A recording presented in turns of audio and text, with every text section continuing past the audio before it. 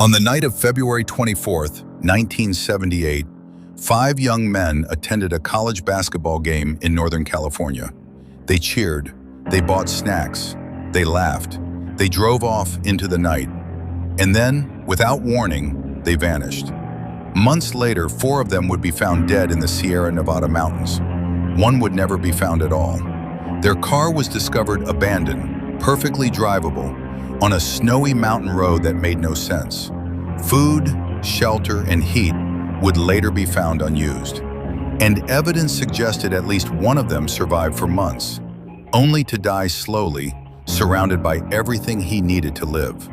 This case is known as the Yuba County Five, sometimes called the American Dyatlov Pass. And nearly 50 years later, it remains one of the most haunting, unsolved mysteries in U.S. history. Now, let's tear into it. The Yuba County Five were not strangers to one another.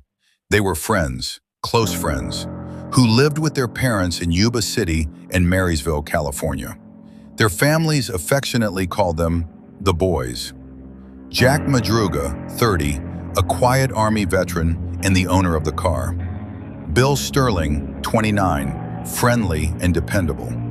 Ted Weir, 32, gentle, trusting, and physically strong. Jack Hewitt, 24, shy and deeply uncomfortable using phones.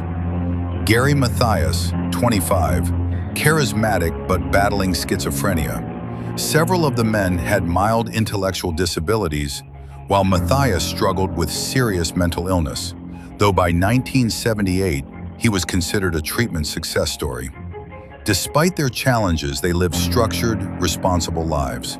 They worked jobs, they followed routines, they loved sports, especially basketball. They played together on a team called the Gateway Gators, part of a Special Olympics-supported league. And they were excited because the next morning, they were scheduled to play in a tournament that could earn them a free week-long trip to Los Angeles. They laid out their uniforms. They asked their parents to wake them up early. They had plans they would never keep. That evening, the five men drove about 50 miles north to Chico State University to watch UC Davis play Chico State. It was a simple trip, a familiar activity, nothing unusual. After the game, UC Davis won. They stopped at Bears Market in downtown Chico just before closing time. The clerk remembered them vividly.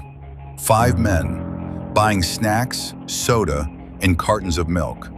A little annoying, she admitted, because they delayed her from closing.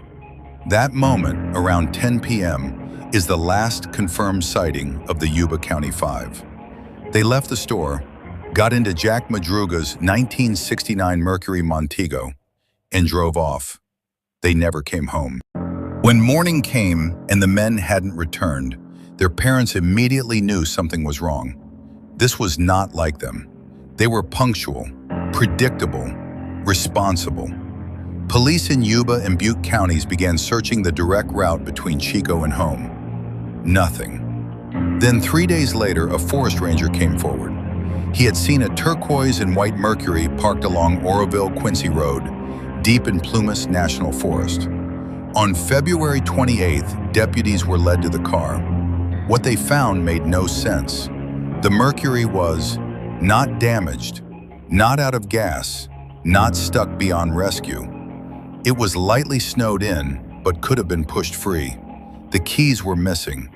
There were no footprints, and the car was located far off course on a mountain road that led away from civilization. Why were they there? And why did they leave a perfectly good vehicle behind in freezing conditions at night?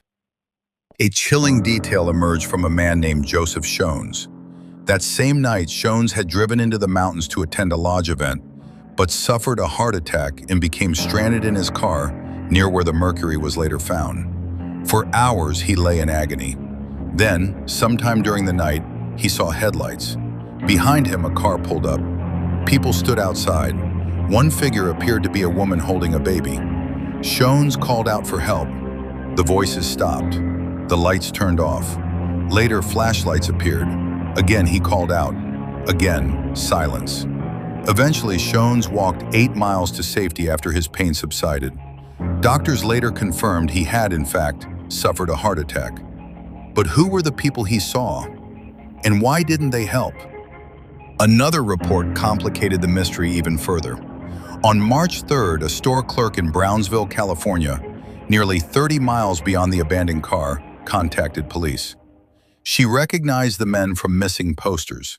She claimed 4 of them arrived at her store in a red pickup truck the day after they vanished. 2 used a phone booth outside. 2 came inside and bought food. The store owner confirmed the encounter. Police called her a credible witness, but questions exploded. Where did the truck come from? Who was driving? Why were they headed deeper into the mountains? No red truck was ever identified. On June 4th, 1978, snow finally melted at higher elevations. A group of motorcyclists stumbled upon a U.S. Forest Service trailer nearly 20 miles from the car. The window was broken, the door forced open. Inside, they found Ted Weir. He had been dead for weeks, maybe months, wrapped carefully in sheets, lying on a bed, surrounded by food, heating equipment, clothing, and matches. The autopsy revealed something horrifying. Ted Weir had starved to death. He had lost nearly half his body weight. His beard suggested he survived over 3 months after the disappearance. And yet, the heater was unused. Food lockers were unopened. Warm clothing was untouched. Ted's feet were severely frostbitten, almost gangrenous, and he was missing his shoes. Search teams followed the road back toward the abandoned car. Along the way, they found Jack Madruga, Bill Sterling, Jack Hewitt. All had died of hypothermia. Their remains were scattered, partially consumed by animals. One seemed to have laid down. Another stayed with him. They froze together. Only Gary Mathias was missing. Evidence suggested Gary Mathias survived longer. His shoes were found inside the trailer. Military-style ration cans were opened with a P-38 can opener, something only Mathias or Madruga would know how to use. The sheets covering Weir suggested someone else helped him. So why did Gary leave? Did he wander off? Did he succumb to psychosis? Did someone pick him up? Despite nationwide alerts to hospitals and mental institutions, Gary Mathias has never been found. No remains, no sightings, no answers.